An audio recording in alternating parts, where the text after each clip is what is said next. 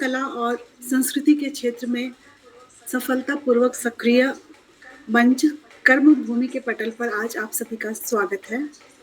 मंच की सदस्य और आज के कार्यक्रम की सूत्रधार के रूप में मैं विनीता ए कुमार आप सभी का स्वागत करती हूँ। जैसा कि आप सबको विदित है, हमारे आज के कार्यक्रम की चर्चा का विषय है कबीरदास और उनका लेखन, उनका जीवन और उनसे जुड़ी हुई कुछ बातें।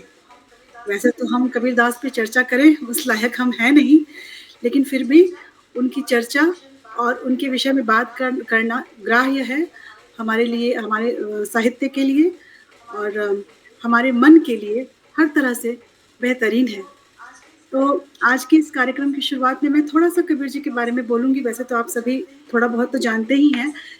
जैसा कि कबीरदास मध्यकालीन युग के कवि रहे हैं। कुछ लोग उन्हें धर्मगुरु कहते हैं, कुछ लोग उन्हें संत कहते हैं, कुछ लोग उन्हें महान कवि के रूप में जानते हैं। सभी बड़े-बड़े विद्वानों ने अपने-अपने तरीके से उनके बारे में कहा और सुना और लिखा है। उनका जन्म कब हुआ, इसकी कोई उस ढंग से जैसे कहते हैं विधिवत किसी के पास लिखा हुआ हो कि इनका ये जन्म है। मुझे नहीं पता कि इसके बारे में किसी को पूरी तरह से पता या नहीं, लेकिन फिर भी थोड़ी बहुत जो जानकारी है उसके अनुसार ऐसा कहते हैं कि एक दोहा बहुत प्रचलित है उनके जन्म से संबंधित, जिसमें कहते हैं कि 1455 साल गए 1455 साल गए चंद्रवार एक ठाठ ठए, जठे सूरी बरसात को पूरन मासी तिथि प्रकट भाया। तो इसका अर्थ ये है कि विक्रम संवत 1455 जो कि हमारा जो अंग्रेजी कैलेंडर है उसके अनुसार वो 1398 ईस्वी पड़ता है। तो उस वक्त उनका जन्म हुआ था और वो दीर्घायु थे। मानते हैं कि वो 120 साल वो जीवित रहे हैं, ऐसा कहते हैं लोग, क्योंकि उनका मृत्यु का जो काल है वो मानते हैं कि 1575 विक्रम संवत के अनुसार मानते हैं और जो कि अंग्रेजी कैलेंडर के हिसाब से 1518 ईस्वी है। इस तरह से देखा जाए तो 122 साल जीवित रहे थे। अब आप सोचिए कि जो व्यक्ति अल्पकाल से ही ब्रह्म में आलीन हो गया, जो आध्यात्म में जिसने अपना जीवन पूरी तरह से, मैं बताऊं तो पारिवारिक जीवन उन्होंने जिया ही नहीं है। उन्होंने अपने आप को और अपना अपना पूरा जीवन ही उन्होंने लोक और समाज के लोगों में जो बातें हैं, जो उन्होंने कही हैं, जो उन्होंने देखी हैं, जो उन्होंने सुनी हैं, उन बातों को उन्हें जो भाषा आती है उसी भाषा में उन्होंने कह दिया। वो लिखना पढ़ना नहीं जानते थे। उनके शिष्यों ने उनकी कही हुई बातों को संकलित किया और बीजक के नाम से उसे प्रकाशित किया। उन्होंने सिर्फ कहा है, और कहा भी कैसे है, उन्होंने किसी भी उनके कोई भी दोहे, उनका कोई भी शब्द, उनकी कोई भी साखी कोई भी खड़ी भाषा में नहीं है, खड़ी बोली में नहीं है, हिंदी में नहीं है। वो जब जिस राह से गुजरे उसी की भाषा में, वहीं की आंचलिक बोली में उन्होंने जो कह दिया वही उनके शब्द बन गए, वही उनके दोहे बन गए, वही उनकी साखी बन गई। तो जो उनके जो बीजक हैं उसके 3 भाग हैं, साखी, शब्द और रामायणी।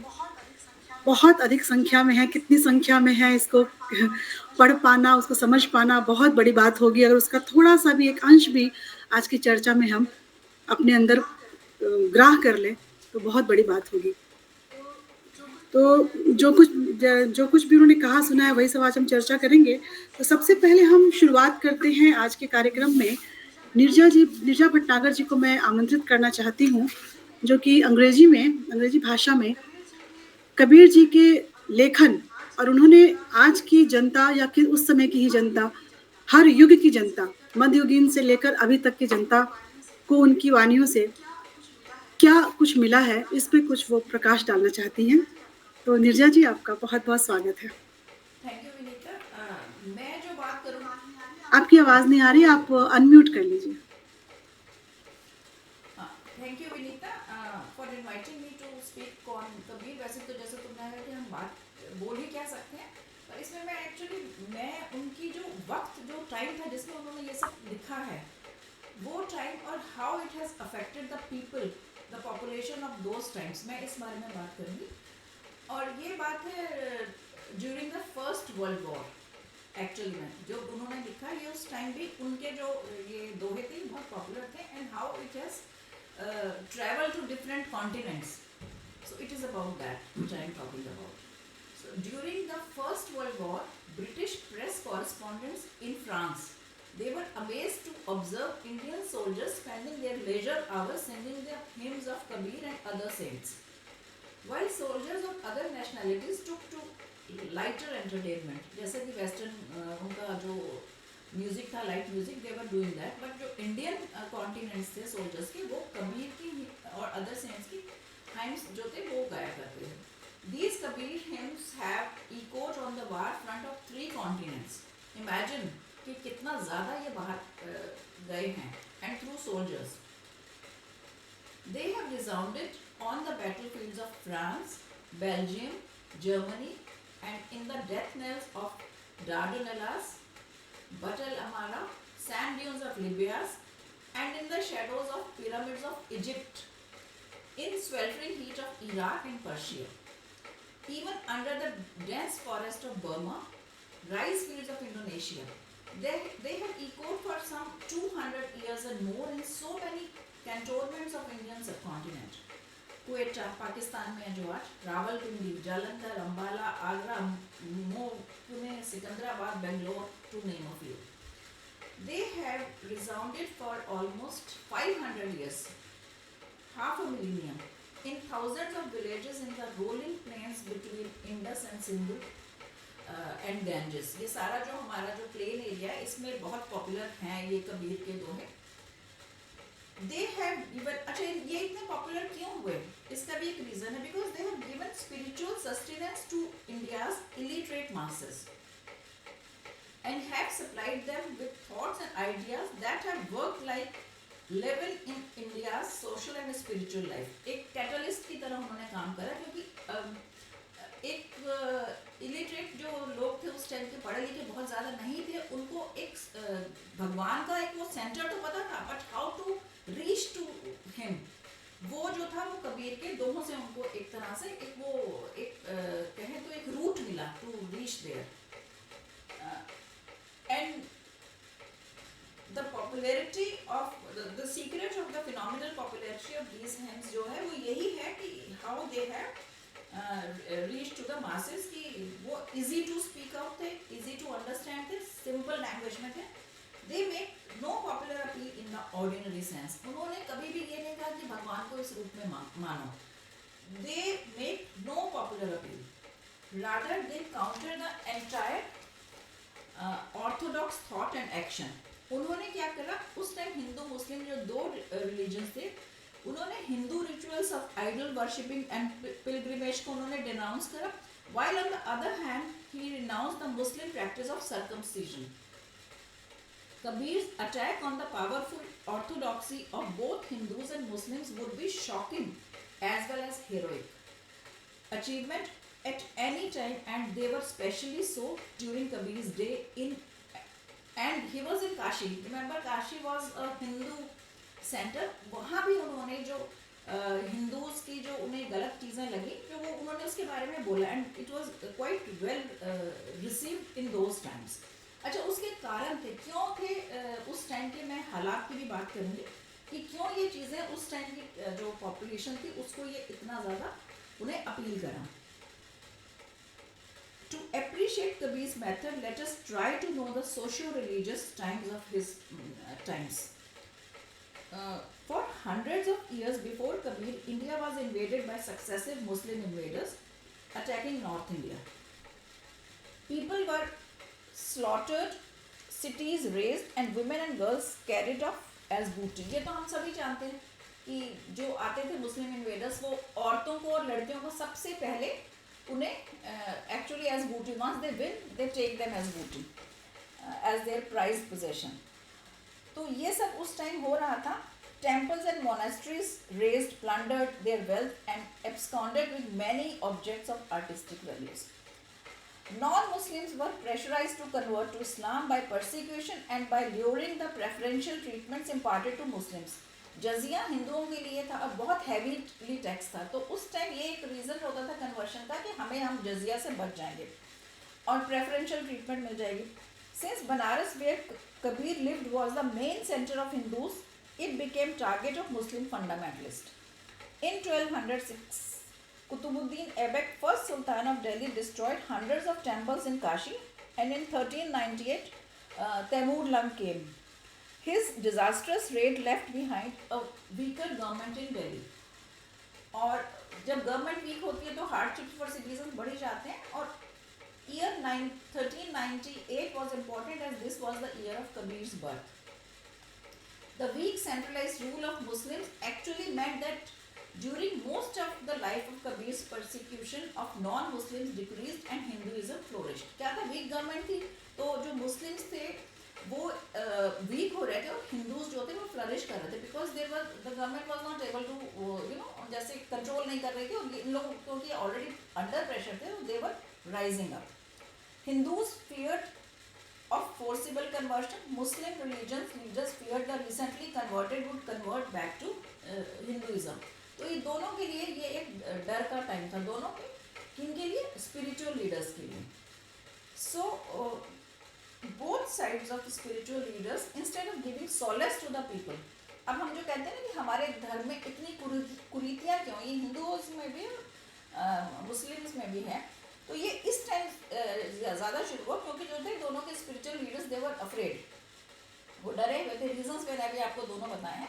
तो उन्होंने क्या करा, इस लोगों को डराना शुरू किया. They started frightening the people by thrusting them deeper into the superstitions, fear and rituals to fill their own coffers.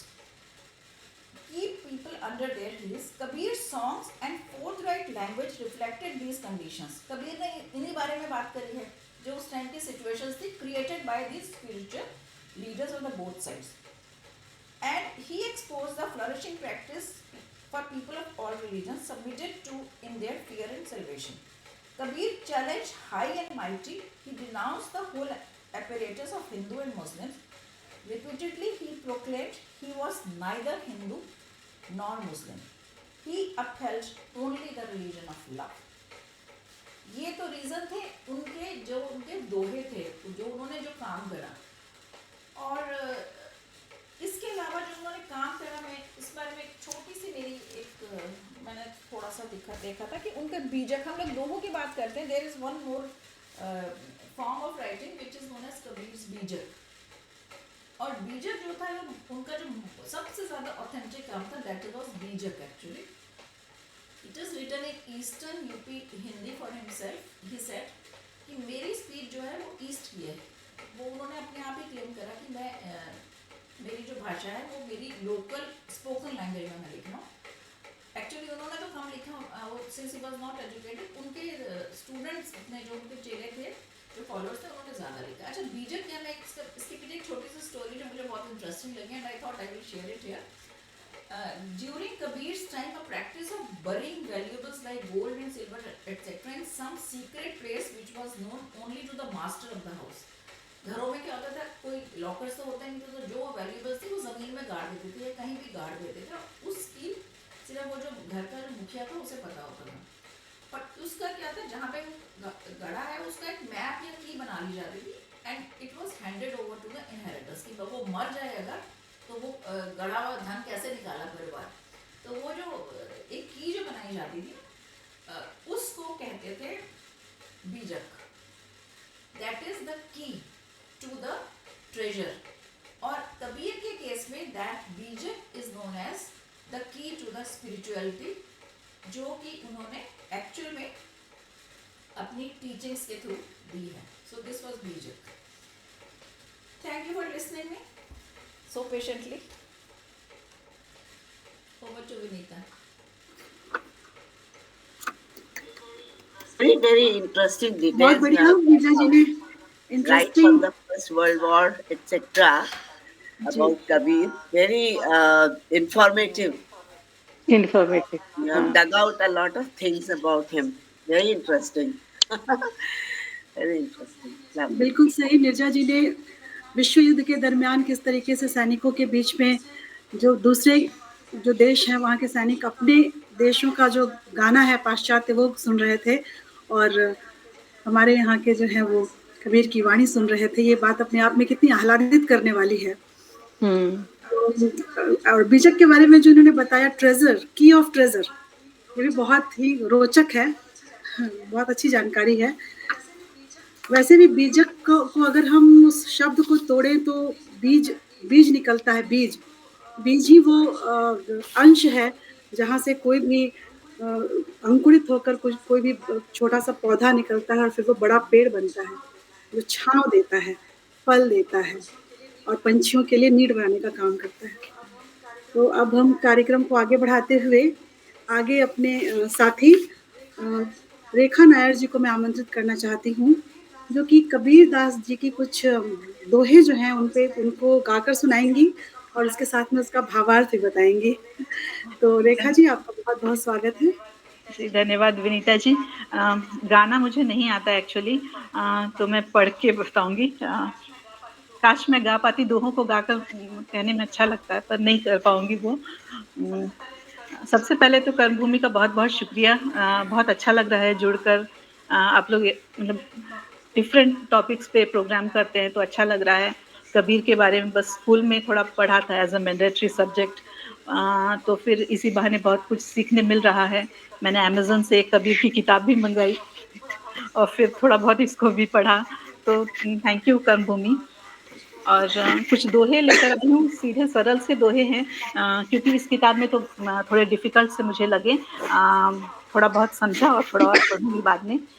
अभी कुछ आसान से दोहे लेकर आई हूँ, लेकिन उसका मर्म बहुत ही गहरा है, तो वही पढ़ना चाहूँगी। हिंदू कहें मोहि राम पियारा, हिंदू कहें मोहि राम पियारा, तुर्क कहें रहमाना, आपस में दो लड़ी लड़े मुए, मरम न कोऊ जाना। हिंदू कहते हैं राम हमारे प्यारे हैं, तुर्क कहते हैं रहमान, मुसलमान कहते हैं रहमान। दोनों आपस में लड़ लड़कर मर गए, लेकिन भगवान को किसी ने नहीं जाना, किसी ने सच को नहीं पहचाना। दूसरा, जब गुण को गाहक मिले तब गुण लाख बिकाई, जब गुण को गाहक मिले तब गुण लाख बिकाई, जब गुण को गाहक नहीं तब कौड़ी बदले जाई। हमारे अंदर जो टैलेंट होता है, अगर उसको कोई पहचानने वाला मिल जाता है, ग्राहक मिल जाता है, तो उसका मोल लाखों में हो जाता है। जब गुण को ग्राहक नहीं मिलता है तो फिर उसका मोल कौड़ी की तरह ही होता है। अगला दोहा, जब मैं था तब हरि नहीं, जब मैं था तब हरि नहीं, जब हरि है मैं नहीं, सब अंधियारा मिट गया, दीपक देखा माही। मैं यहाँ पर ईगो के लिए कह रहे हैं, अहम के लिए, कि जब ईगो था तो भगवान नहीं थे, और अब जब भगवान है तो मेरे अंदर कोई ईगो नहीं है।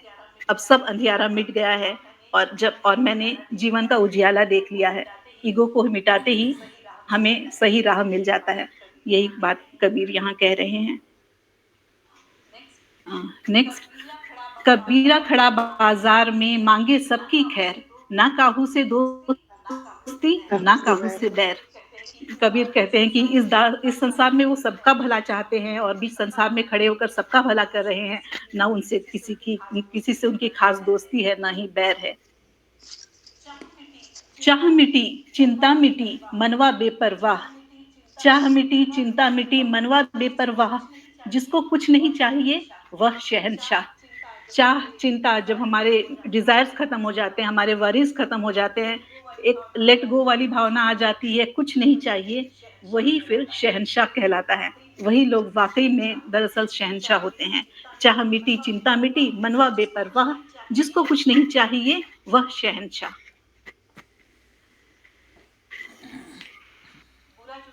बुरा जो देखन मैं चला बुरा न मिलिया कोई, जो दिल खोजा आपना मुझसा बुरा न कोई। हम सब जानते हैं इसको, बचपन से सुन रहे हैं। साधु ऐसा चाहिए जैसा सुख सुभाए, सार सार को गही रहे थोथा दे उड़ाए। साधु ऐसा होना चाहिए जैसे सूप की तरह, soup not that chicken soup और टमेटो सूप, हम जिसमें सूप में से अनाज को साफ करते हैं, तो साधु उस सूप की तरह होना चाहिए जो हमारी अच्छी बातों को बचा कर रख ले और जो निरर्थक बातें हैं उनको साफ करके उड़ा दे। तो साधु के गुण के बारे में कबीर जी यहाँ पर कह रहे हैं, साधु ऐसा होना चाहिए।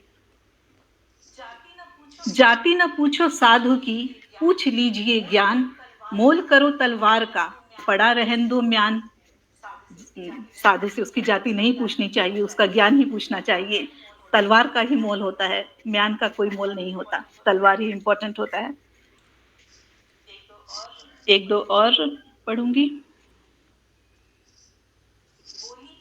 बोली एक अनमोल है, जो कोई बोले जानी, ये तराजू तौली के तब मुख बाहर आनी।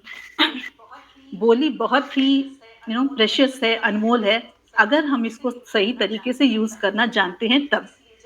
इसलिए जब हम बातें करते हैं, बोलते हैं, तो उसको हृदय के तराजू में पहले तौल लेना चाहिए और फिर उसको मुंह से बाहर आने देना चाहिए। पानी केरा बुदबुदा, पानी केरा बुदबुदा, अस मनुष्य की जात, एक दिना छिप जाएगा ज्यों तारा पर भात। मनुष्य का जीवन एक बबल की तरह है, पानी के बबल की तरह है ही मनुष्य का जीवन है, मनुष्य का जात है। एक दिन वो छिप जाएगा, जिस तरह से प्रभात के आते ही तारे छिप जाते हैं, उसी तरह से हम सब एक दिन चले जाएंगे। झूठे सुख को सुख कहे, मानत है मन मोद, झूठे सुख को सुख कहे, मानत है मन मोद, खलक चबैना काल का, कुछ मुख में कुछ गोद। ये जो सांसारिक सुख है, इसी को हम लोग अंतिम सुख मानकर एकदम सांसारिक जीवन में व्यस्त हो जाते हैं और हम भूल जाते हैं कि हम सभी काल के हाथ में चने चबैने की तरह है, कुछ मुख में कुछ गोद, कुछ उसके मुख में है, कुछ गोद में उसने रखा है, हमारा भी नंबर आएगा, ये हम भूल जाते हैं और इस सांसारिक सुखों में ही अपने आप को लीन कर लेते हैं। अब एक लास्ट वाला पढ़ती हूँ। संत न छाड़े संतई, संत न छाड़े संतई, जो कोटिक मिले असंत, चंदन भुअंगा बैठिए तो शीतलता न तजंत। संत जो होते हैं अपनी संतई को कभी नहीं छोड़ते हैं, अपनी अच्छाई को नहीं छोड़ते हैं, भले उसे कोई असंत मिल भी जाता है तो भी वो अपनी अच्छाई को बचाकर रखते हैं। ठीक उसी तरह से जिस तरह से जो चंदन का पेड़ होता है, उसके चारों ओर भले ही सांप लिपटा हुआ हो, वह अपनी शीतलता को कभी नहीं छोड़ता है। तो हमें भी अपना जो वैल्यूज है उसको बनाकर रखना चाहिए, इंटैक्ट रखना चाहिए, भले ही हम कुछ खराब लोगों के संगत में आ भी जाएं तभी भी। तो बहुत अच्छी अच्छी बातें हमें कबीर जी ने सिखाई। आज के प्रोग्राम के बहाने फिर से उन्हें सीखने का मौका मिला। तो कबीर जी का शुक्रिया और कर्मभूमि आपका भी शुक्रिया। बहुत बहुत धन्यवाद। बहुत बढ़िया रेखा जी, आपके उनके जो बहुप्रचलित जो दोहे हैं, जो हमने बचपन से सुने हैं, गाए हैं और आज भी सुने जा रहे हैं, आपने उन सबको वापस से ताजा कर दिया, उन शब्दों को। और इन सब के जो अर्थ हैं, कितने साधारण शब्दों में, बोलचाल की भाषा में, और उसमें भी ना उन्होंने कभी व्याकरण, लिखने वाले को भी व्याकरण वगैरह का कोई ज्ञान नहीं था, लेकिन फिर भी एक एक जो शब्द हैं वो 9-9 लाख का वजन रखते हो, इस तरह के उनके दोहे हैं। बिल्कुल बिल्कुल विनीता जी। जी, तो आगे बढ़ते हैं हम, और मंच की साथ ही एक बेहतरीन गीतकारा, लेकिन आज वो गीत नहीं गा रही हैं, हमारी ममता सिंह जी, उनको मैं आमंत्रित करती हूँ। स्वागत है ममता जी। ममता जी, आज कबीर की जो भाषा है, उनके जो बीजक है, उसकी जो भाषा है, उसका एक, उसके अलग अलग पहलू हैं। उसका एक पहलू है उलट बासी, वो उस पर प्रकाश डालेंगे, उस पर वो कुछ कहना चाहती हैं। आज हम समझेंगे कि कबीर जी के की भाषा के उलट बासी का क्या मतलब होता है, उस पहलू का क्या अर्थ है। ममता जी, आपका बहुत बहुत स्वागत है। हाँ, नमस्कार। बहुत धन्यवाद विनीता जी, और आप इतने अच्छे तरीके से संचालित कर रही हैं। ऐसा लग रहा है कि एक बेहतरीन, तो बहुत छोटा शब्द है, एक जो उच्च उनको कबीर को लिया गया है, और उनके साथ उनके लिए जो आप शब्द बोल रही हैं, बिल्कुल बराबर आप उसको क्या बोल रहे हैं उसको, मतलब आप बहुत कोई बात नहीं है, मैं समझ गई आपको शब्द नहीं मिल रहा है ना, मुझे शब्द नहीं मिल रहे हैं। मैं आपकी बात पूरी कर देती हूँ कि देखिए, कबीर जी ने भी अपने एक दोहे में कहा है कि उन्होंने सत्संगति का बहुत ध्यान रख दिया है।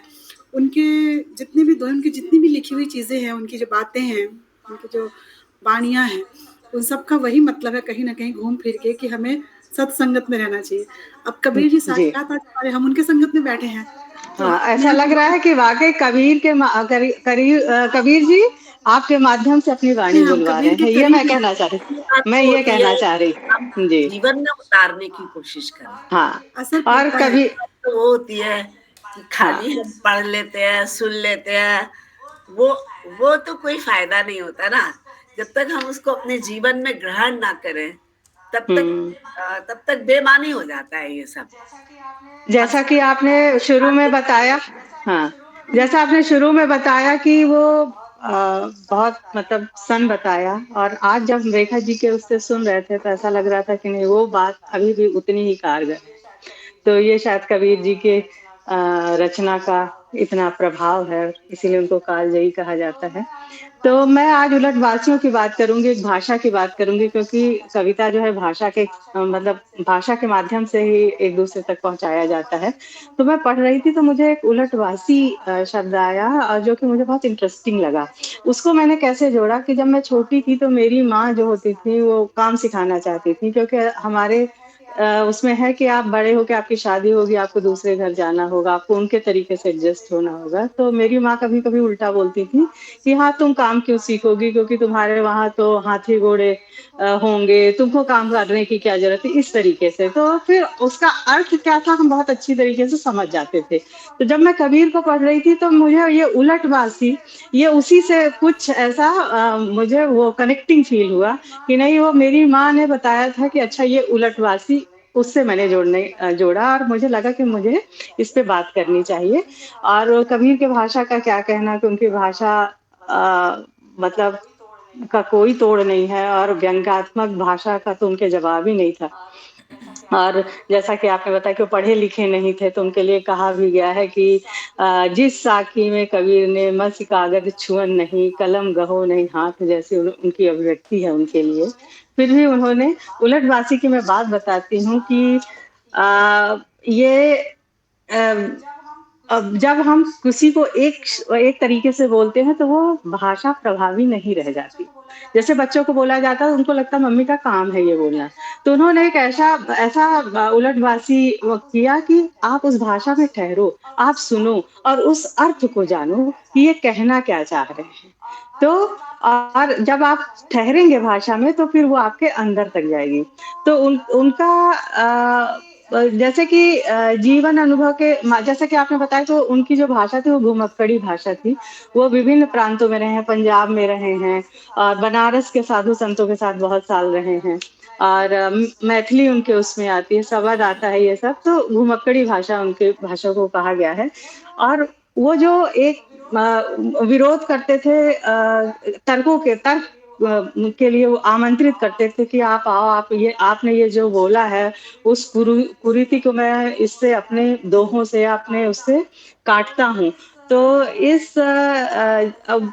इसके कबीर पंडित और मुल्ला और धार्मिक मठाधीशों को, योगियों को, अवधूतों को वो निरंतर निरुत्तर करते रहते थे, और जाति प्रथा के जो समर्थक थे उनकी बोलती बंद किया करते थे, और धार्मिक कर्मकांड और बाह्य आडंबर की धज्जियां उड़ाया करते थे। और दरअसल ये सब जो चयन था, कथन भंगिमा और भाषा की व्यंजना शक्ति का कमाल, वो सामाजिक दृष्टि से प्रासंगिक होकर एक नई तर्क प्रणाली उन्होंने विकसित की, और जिसमें से एक उनकी जो भाषा है उलटवासी है, उसमें है। तो ये कहते हैं कि उलटवासी जो है उल्टी-पुल्टी कथन भंगिमा और अनेकार्थी प्रतीक योजना, कहीं-कहीं धक्का मार चमत्कारिता का आस्वादन प्रदान करती है, और कहीं बौद्धिक दुरूहता के आवरण में के रहस्य को उद्घाटन के लिए आमंत्रित करती है। तो ऐसा प्रतीत होता था कि जैसे शास्त्र ज्ञानी पंडितों की परीक्षा लेने के लिए और उनके ज्ञान दर्प को चुनौती देने के उद्देश्य से उन्होंने ये उलटवासियों की रचना की है। तो एक उलटवासी पढ़ती हूँ कि किस तरीके से वो लिखते थे कि जैसे ऐसा अद्भुत मेरे गुरु कथा मैं रहा उमेशा, मूसा हस्ती सौ लड़ाए कोई बिरला पेसे, मूसा बैठा बांध में तारे लापिनी धाई, उलट मूसै सापिनी गिली बहु अचरज भाई, चीटी पर्वत उखाड़िया लय राख्यो चौड़े, मुर्गी मिनकी सो लड़े झर पानी दौड़े, सुरही चूहे बछताती बछा दूध उतार, ऐसा नवल गूंगे भया सार दुलहि मारे, भील लुका बन बीच में ससा सर मारे, कहे कबीर ताहि गुरु करो जो या पदहि विचारे। अब इसका अर्थ क्या हुआ कि इस उलटवासी द्वारा मूलतः ये कहने का प्रयत्न किया गया है कि सामान्य जीव यद्यपि विषयों के वश में रहता है, जो सामान्य जीव होता है वो विषयों के वश में रहता है, पर जो सिद्ध साधक होता है वो विषयों का नियंत्रण करता होता है, वो विषयों को नियंत्रित करता है। तो कबीर कहते हैं कि मेरे गुरु ने एक अद्भुत सत्य का कथन किया है और मैं अचरज में पड़ गया। क्या? अचरज की बात यह है कि चूहा हाथी से लड़ पड़ा। चूहा हाथी से लड़ पड़ा अर्थात साधक माया को पछाड़ बैठा। साधक जो है वो माया को पछाड़ बैठा। इस घटना को कोई बिरला ही जान पाया। साधक चूहा हुआ, जो चूहा का एग्जाम्पल जो इन्होंने दिया। विषयों मतलब बांबी, जो सांप की बांबी होती है जिसमें हाथ डालो तो वो, तो बांबी में बैठ गया और विषय रूपी सर्पिणी उसके पीछे पड़ गई। किंतु अचरज की घटना तो यह है कि चूहे ने पलटकर सांप को निगल लिया। पलटकर सांप को निगल लिया अर्थात साधक विषयों को वशीभूत कर लेता है। साधक जो होता है वो विषयों को वशीभूत कर लेता है। साधक की अंतःवृत्ति चींटी, साधक जो होता है ना उसकी अंतर्वृत्ति कैसी होती है? चींटी ऐसी होती है कि वह विषय रूपी पर्वत को उखाड़ फेंकती है। विषय रूपी पर्वत को वो उखाड़ फेंकती है और उसे गड्ढे में फेंक देती है, पहाड़ को गड्ढे में फेंक देती है। साधक मुर्गी यहाँ पे बोल रहे हैं, वो साधक मुर्गी और वासना जो है बिल्ली बोलते हैं उसको, बिल्ली से लड़ पड़ता है। बिल्ली से लड़ पड़ता है और विषयाशक्ति की अग्नि भक्ति के जलाशय का रूप ले लेती है। विषय शक्ति जो है वो जलाशय का रूप ले लेती है। गाय बछड़े के नीचे के भाग को मुंह से चूसती है अर्थात भक्ति से आत्म तत्व की प्राप्ति होती है। और आत्म तत्व बोध, जो कि बछड़ा का इन्होंने एग्जाम्पल दिया था, से आनंद मतलब दूध, आनंद मतलब दूध की सृष्टि होती है। साधक का चित्त नेवला बोला उन्होंने, ऐसा गुणी हो गया है कि वह वासना से उन्मत्त सिंह को मार डालता है। मोह रूपी शिकारी डर के मारे सघन वन में छिप जाता है और साधक, खरगोश बोलते हैं यहाँ पर, खरगोश या साधक उस पर ज्ञान के बाण से प्रहार करता है। कबीर का कहना है कि जो इस पद के अर्थ को समझ कर बता दे उसे मैं अपना धर्म गुरु स्वीकार कर लूं, उन्होंने बोला। और कबीर पंथी संत आज भी रामकली के हेंजड़े पर उलटवासी को गाकर पंडितों को चुनौती देते हैं आज भी।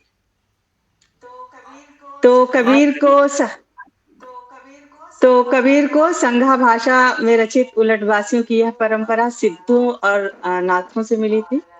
और इस तरीके से ये उलटवासी का अर्थ जो मुझे थोड़ा सा समझ में आया वो मैंने आप लोगों के साथ उसको साझा किया। धन्यवाद। मैंने देखा तुमने उलटवासी के बारे में कहा था, मैंने सोचा हमने तो कभी सुना नहीं, पता मैंने तो नहीं सुना था आज से पहले, और आप लोगों ने सुना तो मुझे नहीं पता, पर मैंने कभी नहीं सुना था। पर आज आनंद आ गया ममता, तुमने जो इतना बढ़िया ये दृष्टांत सुनाए और कबीर जी का एक अलग ही तुमने वो दिया, उसमें तो बहुत ही मजा आया। उसको समझना बहुत डिफिकल्ट है, लेकिन बहुत डिफिकल्ट है वो, इसीलिए उन्होंने चैलेंज किया था कि ये समझ जाओ तो मैं गुरु मान लूंगा तुमको। जो इतनी ज्ञान की बातें करते हो। तालाब को, सांप को, इन सब के साथ, प्रतीकों के साथ उन्होंने किस तरह से बात की, उसको समझना आसान तो है नहीं जी। इसीलिए आपने उसे ये उलटबासी वाकई में कहलाते हैं। जी, ये उलटबासी है, ये उलटबासी कहलाते हैं। उलटबासी इसलिए कि आप जो समझते हैं ना, जो लिखे हुए शब्द वो नहीं, वो नहीं होगा, सामने दिखता है वो नहीं है, वो नहीं है। उसके लिए आपको पीछे बताया कि उसके अंदर आपको ठहरना पड़ता है उसको समझने के लिए, रुकना पड़ता है उस भाषा में।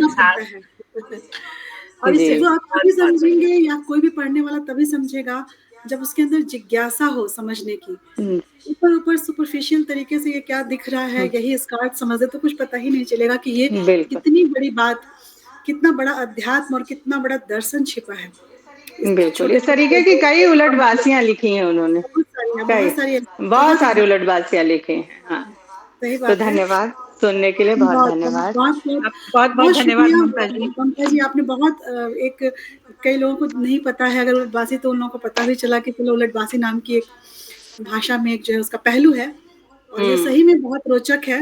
हमें इसका जरूर और अध्ययन करना चाहिए। पुस्तकें बिल्कुल। बहुत हैं, अगर हम पढ़ेंगे तो उसको जरूर समझ सकते हैं। हजारी प्रसाद द्विवेदी जी ने कहा कि हजारी प्रसाद द्विवेदी जी को सभी जानते हैं, जिनको हिंदी साहित्य में भी रुचि है, सबने उनको पढ़ा है, सब उनको जानते हैं।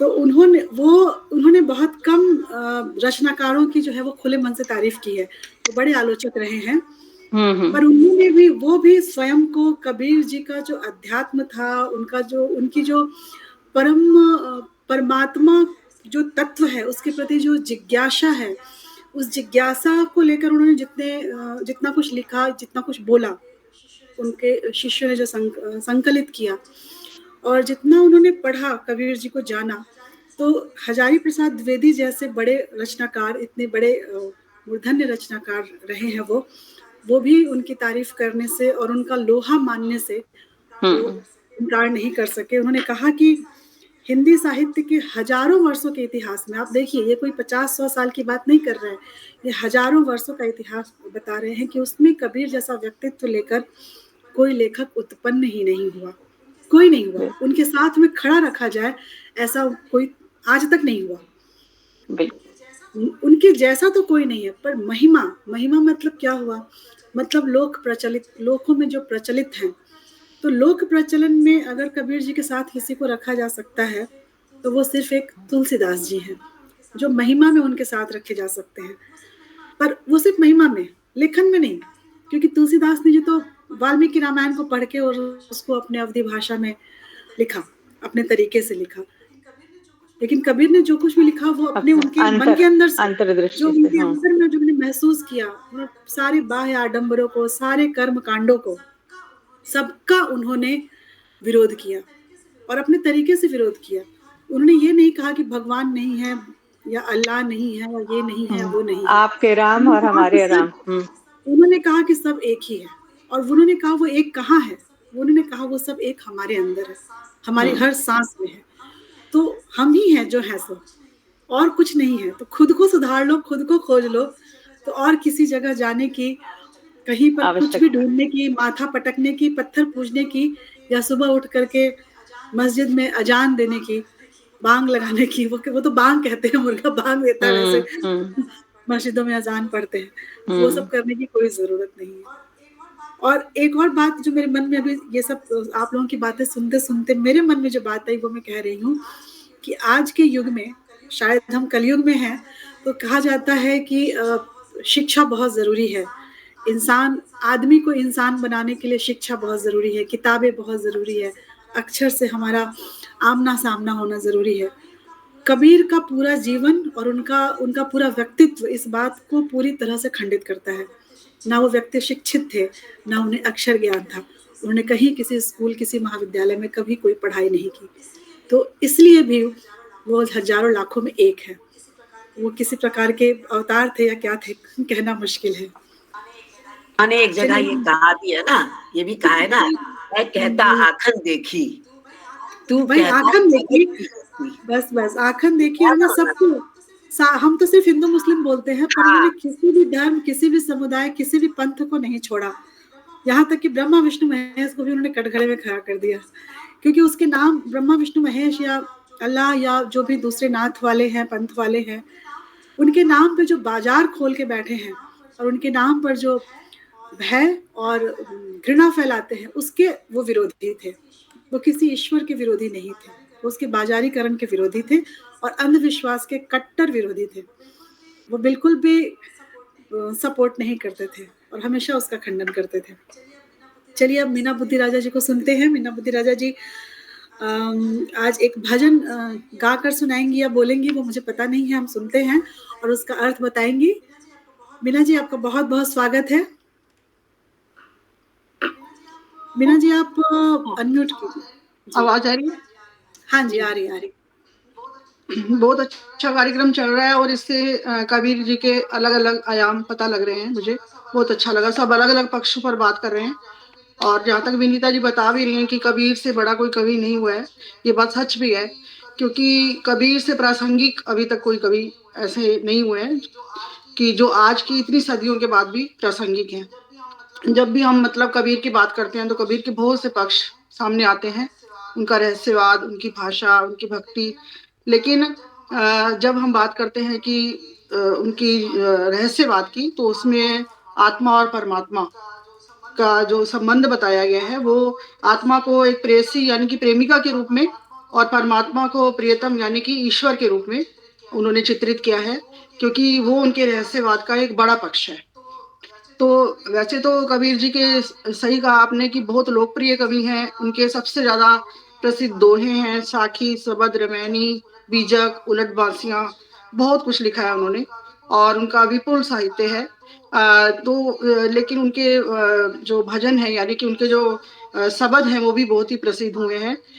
लेकिन जो थोड़े से अलग हटकर एक भजन मैंने जो देखा तो मुझे लगा कि इसमें उनका एक अलग पक्ष दिखाई दे रहा है। हालांकि जो इसमें संबंध है वो आत्मा और परमात्मा के तरीके से दिखाया जा रहा है, लेकिन अगर हम उसको अधिक बड़े संदर्भों में लें यानी कि आज के समय में लें, तो उसमें ये देख सकते हैं कि जो कबीर हैं वो बात कर रहे हैं कि आज भी हम अपने आप को अलग रख सकते हैं, अपने अस्तित्व का, अपने जीवन के सत्य को ढूंढ सकते हैं। तो वो क्योंकि मैंने आपको बताया कि कबीर का जो आयाम है वो बहुत ही व्यापक है। उसमें रहस्यवाद भी है, उसमें समाज सुधार भी है, उसमें भक्ति भी है, उसमें क्रांति भी है, उसमें प्रेम भी है, उसमें सब कुछ है। तो ये जो उनका एक कबीर का भजन है थोड़ा सा मतलब कम सुनाई देता है, लेकिन है उन्हीं का। जैसे एक उनका एक गीत है, एक तरह से गजल, एक भजन है, नेहरवा हमको न भावे, हमको न भावे, साईं की नगरी परम अति सुंदर, जहाँ कोई आवे न जावे, नेहरवा हमको न भावे। यानी यहाँ पर जो नेहरवा शब्द है वो है कि यह जगत, यह संसार जिसमें कि हम रह रहे हैं। और कबीर क्योंकि बहुत ऊंचा सोचते थे, सत्य को ही अपना और मुक्ति को ही अपना उद्देश्य मानकर चलते थे। तो कई बार वो देखते थे कि समाज में इतनी सारी कुरीतियां हैं, इतनी सारी बुराइयां हैं कि वो अपने जिस उद्देश्य को लेकर चल रहे हैं उसमें कहीं ना कहीं बाधाएं आ रही हैं। तो कई बार वो अपनी भावुकता में ये बोलते थे कि ये नहरवा यानी कि ये संसार, ये दुनिया मुझे भाती नहीं है और मुझे साईं की नगरी में जाना है। साईं यानी कि परमात्मा की नगरी में, जो बहुत सुंदर है, जो इतनी कुरूप, इतनी बुरी नहीं है, और जहाँ कोई आवे न जावे, मतलब कि जहाँ जाकर फिर आने का वापस मन नहीं करता, जहाँ पर सिर्फ सौंदर्य है और जहाँ पर प्रेम है, भक्ति है और मुक्ति है। चांद सूरज जहाँ पवन न पानी, को संदेश पहुँचावे, साईं को कौन ये दर्द सुनावे, नेहरवा हमको न भावे, आगे चलो पंथ नहीं सूझे, पीछे दोष लगावे, नेहरवा हमको न भावे। तो कबीर कहते हैं कि मेरा ये संदेश उस ईश्वर तक कौन पहुंचाएगा। मैं ये चाहता हूँ कि मेरा ये संदेश उन तक पहुंचे, और अगर मैं आगे चलता हूँ तो मुझे रास्ता नहीं दिखाई देता, क्योंकि वो जो संदेश है कबीर जो कह रहे हैं वो सबके लिए कह रहे हैं, सारी दुनिया के लिए कह रहे हैं। सारे जो भी लोग अपना जीवन सुधारना चाहते हैं, आगे बढ़ना चाहते हैं, सत्य की खोज करना चाहते हैं, वो उनके लिए कह रहे हैं कि अगर हम अपनी सारी बुराइयों के साथ आगे चलेंगे तो हमें वो पंथ दिखाई नहीं देगा, और पीछे दोष लगावे।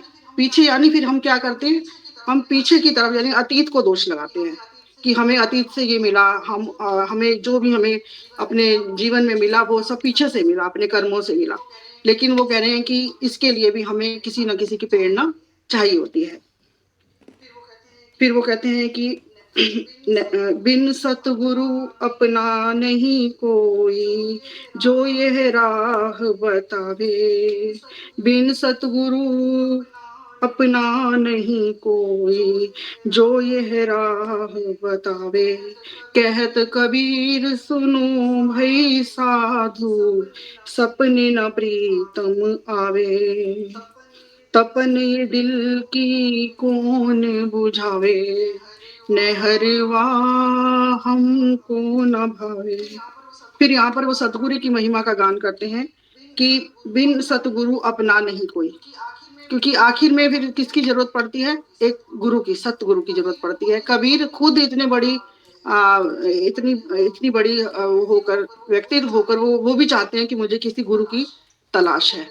तो जैसा कि वो कि जो सतगुरु होता है वो ऐसा होता है कि बाहर से वो चोट देता है, लेकिन वो अंदर से हाथ रखकर एक तरह से हमारी जितनी बुराइयां हैं उन सबको संवारता है। तो दोनों ही पक्ष होते हैं गुरु के, कि वो हमें हमारी अच्छाइयों को भी बचा कर रखता है, और इसके साथ साथ अगर हमारे अंदर कोई खोट है, कोई बुराइयां हैं, तो उनको भी सुधारने की कोशिश करता है। तो कबीर जैसे इतने बड़े कवि भी किसी गुरु की तलाश में है, तो ये सोचने की बात है कि वो चाहते हैं कि हमें एक सच्चा गुरु मिलना बहुत ही जरूरी है। तो वो ये कहते हैं कि ये जो जिया की तपन है, तपन यानी कि जो बेचैनी है, जो एक अंदर अग्नि है, क्योंकि मुक्ति की खोज है, एक अंदर से जो एक तड़फ है, वो बेचैनी है, जो कहीं पर भी समाज में, इस दुनिया में भटकने से नहीं मिल रही है, वो मुझे शायद किसी गुरु के माध्यम से मिल सकती है। तो इसलिए वो ये कहते हैं कि नहरवा हमको न भावे, साईं की नगरी परम अति सुंदर, कौन संदेशा पहुंचावे। तो ये एक कबीर का थोड़ा सा अलग सा मुझे एक भजन लगा कि तो मैंने आपको सुनाया। शुक्रिया। बहुत बढ़िया मीना जी, बहुत बहुत बढ़िया। यहाँ पर मैं एक शब्द जोड़ना चाहूंगी। कबीर जी ने जो बोला है कि नहीं हरवा हमको ना भावे, नैहर मैथिली शब्द है, मायका नैहर, तो किसी भी स्त्री के लिए नैहर जो है सबसे ज्यादा प्यारा होता है, क्योंकि नैहर का मतलब होता है मायके, माँ का घर। तो यहाँ पर एक स्त्री को अपने मायके से ज्यादा प्यारा तो कुछ होता ही नहीं है। कोई भी स्त्री अपने मायके को बोल दे कि नैहर मुझे प्यारा नहीं है, तो समझ लो वो उसका दिल अब सांसारिक जीवन में नहीं है, वो अब आध्यात्मिक खोज में है। और यही इसीलिए वो ये जो सदगुरु की बात आप कह रही हैं इस भजन में जो है, ये सांसारिक जीवन जब नैहर में मन नहीं लग रहा है तो फिर सांसारिकता में मन अब नहीं लगेगा। और अब जब सदगुरु का साथ मिलेगा और उनके संगत में बैठेंगे और वो हमारे अंदर से माया मोह का जाल हटा करके और हमें मोक्ष प्रदान करेंगे, तभी हमें जीवन का असल सुख जो है तभी मिलेगा।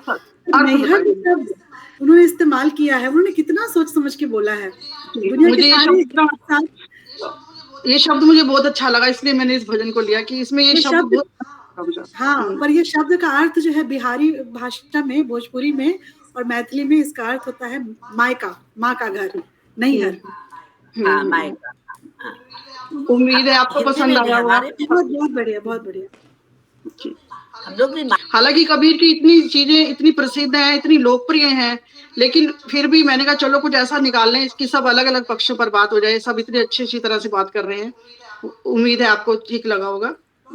बहुत अच्छा, बहुत बहुत शुक्रिया विनीता जी, बहुत अच्छा, आपने पठन भी अच्छा किया और उसका अर्थ भी आपने, मैं गा तो नहीं पाई पर मैंने कोशिश करी, गला भी थोड़ा, सभी लोगों ने उसको अच्छे से उसको समझा है। मधु मैडम शुक्रिया आपका, धन्यवाद हौसला बढ़ाने के लिए। जी जी, संशय आया मेरे मन में जो आपने वो बताया था इसके अंदर कि अतीत मतलब पीछे उसको लेकर चलते हैं लोग।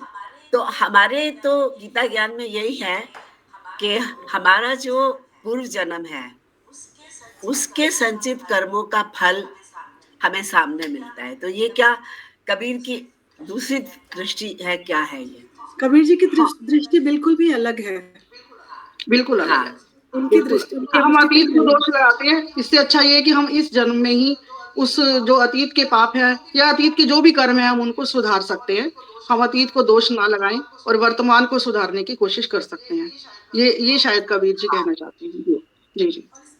और इसमें भी जितने लोग, जितने विद्वान पढ़ेंगे, जो अपनी अपनी ओर से इसकी विवेचना करेंगे, सब अपने अपने तरीके से अब इसका अर्थ समझाने की कोशिश करेंगे, क्योंकि सबका दृष्टिकोण अलग है, सबका इसके बहुत पहलू से अर्थ अलग निकल होता है। सकते हैं, इस भजन के और बहुत से अर्थ हैं। जी। बिल्कुल, और सारे जो शब्द हैं उनके, सारे शब्द के अर्थ अलग अलग तरीके से निकाले जा सकते हैं। वो हमारी सोच और हमारे विचार पर निर्भर करता है कि हम उसको किस तरीके से देखते हैं। कबीर से महान तो कोई कवि नहीं है। मैं कहती हूँ स्कूल के बच्चे से लेकर एमए तक कबीर को पढ़ा जाता है और उन पर इतने सारे पीएचडी होते हैं, इतना सारा कुछ होता है, इतना, और अभी तक भी वो चल रहे हैं। शायद वो कोई एक बहुत बड़ा चमत्कार है, लेकिन कबीर हमेशा रहेंगे, सदियों तक नहीं, वो रहेंगे। चमत्कार से ज्यादा वो प्रासंगिक है। नहीं, चमत्कार का मतलब ये कि वो प्रासंगिक बहुत है, इसीलिए। उस युग में भी वो जितना प्रासंगिक था, उससे कहीं ज्यादा तो आज के युग में हो गया है। हर युग में उनके ऐसे यूनिवर्सल है बिल्कुल कि हजारों साल से वो चल ही रहे हैं और मानते हैं हजारों साल तक रहेंगे। अगर इसको अच्छे से समझा जाए तो समझ में आएगा कि बहुत टेक्निकल है। वो किसी भी तरह की ऐसी चीजें जो मानवता के अगेंस्ट है, उसका वो विरोध करते हैं। बस सिंपल सी बात ये कहा जाता है कि भारत में, हिंदुस्तान में गांधी और कबीर, इनसे बड़ा अभी कोई प्रभावित करने वाला, जो आगे चलकर मानवता को प्रभावित करेंगे, इतिहास को प्रभावित करेंगे, ये दो ही हस्तियां हैं हमारे देश में। तो आप सोचिए, गांधी और बहुत महान विचारधारा रखने वाले और उसके विचारक और प्रचारक दोनों ही रहे हैं। गांधी जी भी मानवता का धर्म है इनका। जी, धन्यवाद आपका कर्मभूमि, धन्यवाद। बहुत अच्छा विषय लिया आज। जी, बहुत ही बेहतरीन विषय। मुझे तो इतना मजा आ रहा है। मैं एक बात और भी कहना चाहती हूँ। मैं उस टाइम म्यूट कर लेती हूँ। मुझे सबका बहुत अच्छा लग रहा है, सबने बहुत अच्छे पक्षों में बोला है और बहुत अच्छा प्रोग्राम चल रहा है सबका। लेकिन अभी आप रहेंगे, मैं यहीं पर हूँ, आपका सबका सुन रही हूँ। और सुनिए आगे दोहे सबका बहुत पसंद आया मुझे। जी, धन्यवाद विनीता जी, बहुत बढ़िया प्रोग्राम आप कर रही हैं संचालित। बहुत शुक्रिया। अच्छा, इसलिए भी सबको लग रहा है बहुत अलग अलग आयाम सुनने को मिल रहे हैं। उसका कारण ही यही है कि जो कबीर दास है उनका व्यक्तित्व बहुआयामी है। बहुआयामी व्यक्तित्व पे अगर हम चर्चा करेंगे तो अलग अलग पहलुओं पे हमें जानने को और पढ़ने को मिलता ही है। और आगे हम आमंत्रित करते हैं हमारे मंच की सदस्य चंद्रप्रभा शर्मा जी को, जो कि कबीर और अध्यात्म के विषय पे कुछ बोलना चाहती हैं, बताना चाहती हैं, अपना पक्ष रखना चाहती हैं। चंद्रप्रभा जी, आपका बहुत बहुत स्वागत है। धन्यवाद विनीता। कबीर तो सभी के प्रिय हैं और बहुत प्रिय विषय है, और नीरजा जी और प्रीति को बहुत बहुत धन्यवाद जो कबीर के लिए आज बोलने का मौका मिला। कबीर को सुनना, कबीर पे बोलना सौभाग्य की बात है, क्योंकि कबीर अपने आप में इतना बड़ा व्यक्तित्व है जिसके बारे में एक अंश भी कोई नहीं बोल पाएगा। इस दुनिया में हम लोग अपनी यात्रा पे हैं, सभी लोग अपनी यात्रा पे हैं। तो ये यात्रा पारिवारिक यात्रा है, सामाजिक यात्रा है, स्वयं की यात्रा है। तो इस यात्रा को हम किस तरह से कर रहे हैं और कहाँ जाके हम रुकेंगे, इसका किसी को पता नहीं। लेकिन जब पारिवारिक और सामाजिक यात्रा कर रहा होता है इंसान, उस टाइम उसके मन में खुद की यात्रा भी चल रही होती है। उसे ये समझ होता है कि मेरी भी कोई यात्रा है, मैं भी कुछ हूँ। तो उस टाइम वो एक दिशा पकड़ने की कोशिश करता है। उसे पता नहीं होता मैं क्या दिशा पकड़ूं। अपनी बुद्धि और विवेक से वो थोड़ा थोड़ा दिशा को ढूंढता है, और वो दिशा एक तरह से अध्यात्म है। उस अध्यात्म को ढूंढने के लिए जब आदमी बढ़ता है, तो यदि कबीर का साथ ना हो तो शायद अध्यात्म तो अधूरा ही है। कबीर इतने जरूरी है आध्यात्मिक जर्नी के लिए कि कबीर के बिना व्यक्ति आगे बढ़ ही नहीं पाएगा। यूं तो हमारे उपनिषद हैं, वेद हैं, पुराण हैं, बुद्ध हैं, महावीर हैं, लेकिन वो एक बहुत तराशे हुए उपवन है जिसमें जो लगाया है बड़ा सुसंस्कृत, बड़ा परिष्कृत, बड़ा सुंदर है। और ये जंगल है, एक तरह से ये अनगढ़ हीरा है जो जैसा निकला वैसा ही पड़ा है, उसे किसी ने तराशा नहीं है। वो जैसा उसे जो मिला वो उसने दिखाया, वैसा उसने देखा।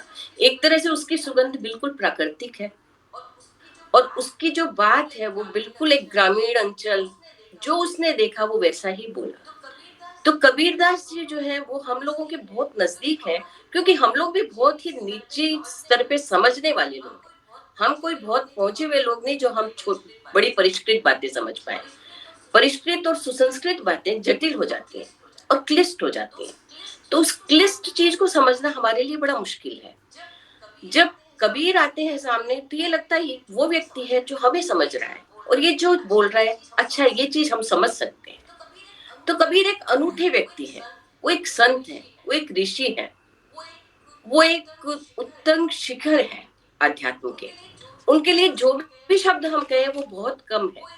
वो एक तरह से समन्वय है शांति और क्रांति का, अनुभूति और अभिव्यक्ति का, लौकिक और अलौकिक का। वो भक्ति, कर्म और ज्ञान तीनों का समन्वय है। उनकी किसी भी चीज को हम देखेंगे, सुनेंगे, पढ़ेंगे तो हमें समझ में आएगा कि उनकी कितनी ऊंचाई है। कबीर आत्मबोध को उपलब्ध एक बहुत बड़े संत है। वो परम रहस्य के कवि हैं। उनकी कविता कुछ बड़ा ही कह रही होती कविता है, लेकिन उसके अंदर घुस के यदि हम देखेंगे तो बहुत बड़ा उसमें से रहस्य निकल रहा होता है।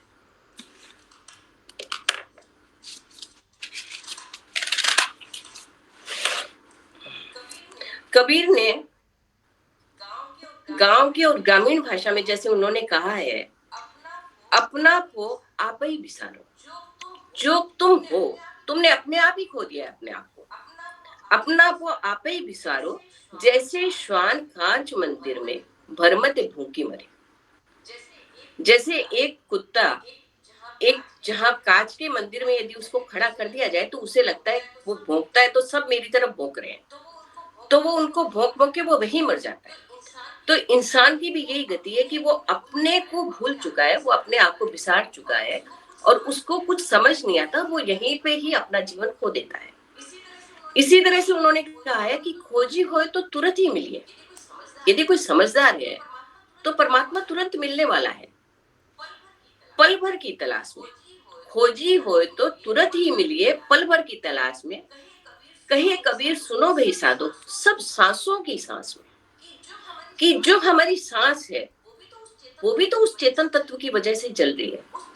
उस चैतन्य को यदि हमने देख लिया और समझ लिया कि वो चैतन्य हमारे अंदर है, हम चैतन्य से जागृत हैं, तो फिर आपको समझ में आ जाएगा कि उसे तलाश करने के लिए कहीं जाने की जरूरत नहीं है।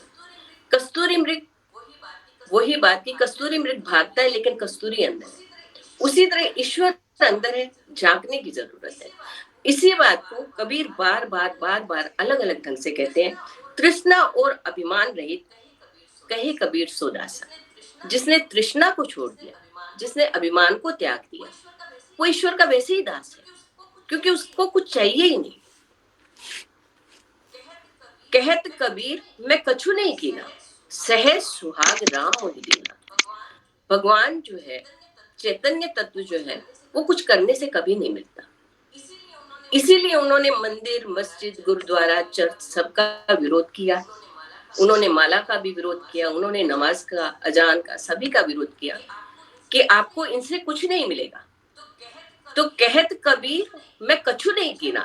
जब आप कुछ नहीं करते, जब आप सहज हो जाते हैं, जब आप अपने में स्थित हो जाते हैं, यही गीता कहती है, खुद में स्थित होगे परमात्मा अपने आप साथ हो जाएगा। कृष्ण भी यही कहते हैं गीता में कि जो भूतों को, प्रेतों को, देवताओं को इनकी पूजा करता है वो उन्हीं को प्राप्त होता है, और जो मेरी शरण में आता है वो मुझे प्राप्त होता है, वो मुझे प्राप्त करता है। इसी तरह से हमारे तुलसीदास जी कहते हैं कि निर्मल मंजन सोई मोहि पावा। सुंदरकांड में वो कहते हैं निर्मल मंजन सो मोहि पावा, मोहे कपट छल छिद्र न भावा।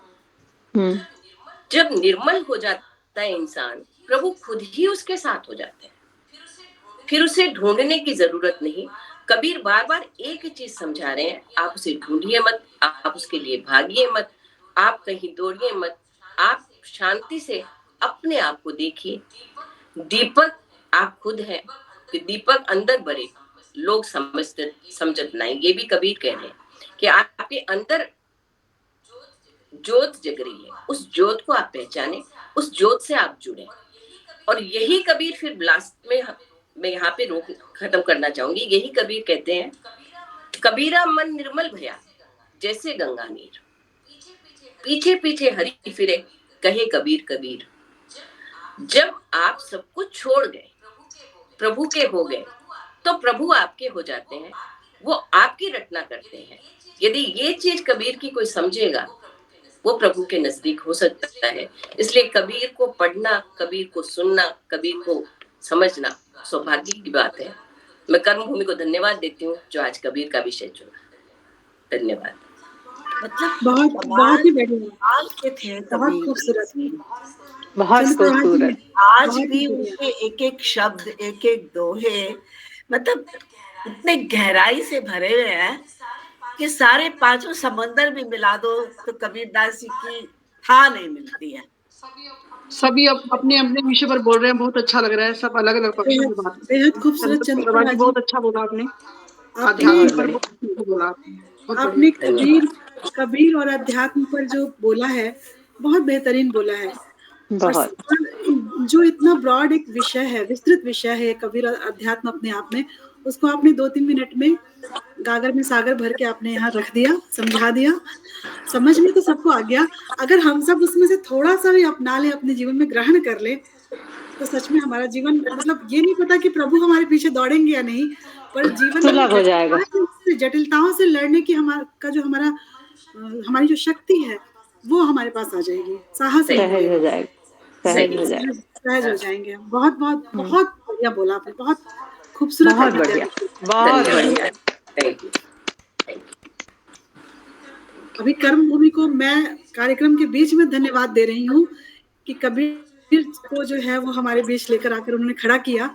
बहुत ही खूबसूरत टॉपिक है, बहुत ही बढ़िया। आगे भी भविष्य में हम इस तरह के विषयों पे बात करें, चर्चा करें और खुद को समृद्ध करें, ये मेरी आशा है। अभी हम कुमुद वर्मा जी को आगे आमंत्रित करना चाहते हैं, जो कि कुछ दोहे पढ़ना चाहती हैं और उसका भावार्थ भी समझाना चाहती हैं। कुमुद जी, आपका बहुत बहुत स्वागत है।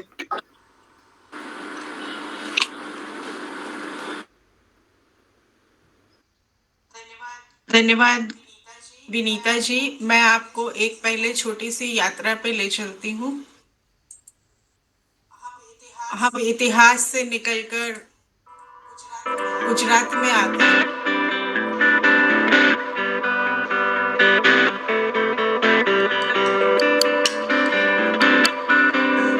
ये कबीर अंधेरी आप देख रहे हैं। डिस्कवर इंडिया का ये वीडियो है।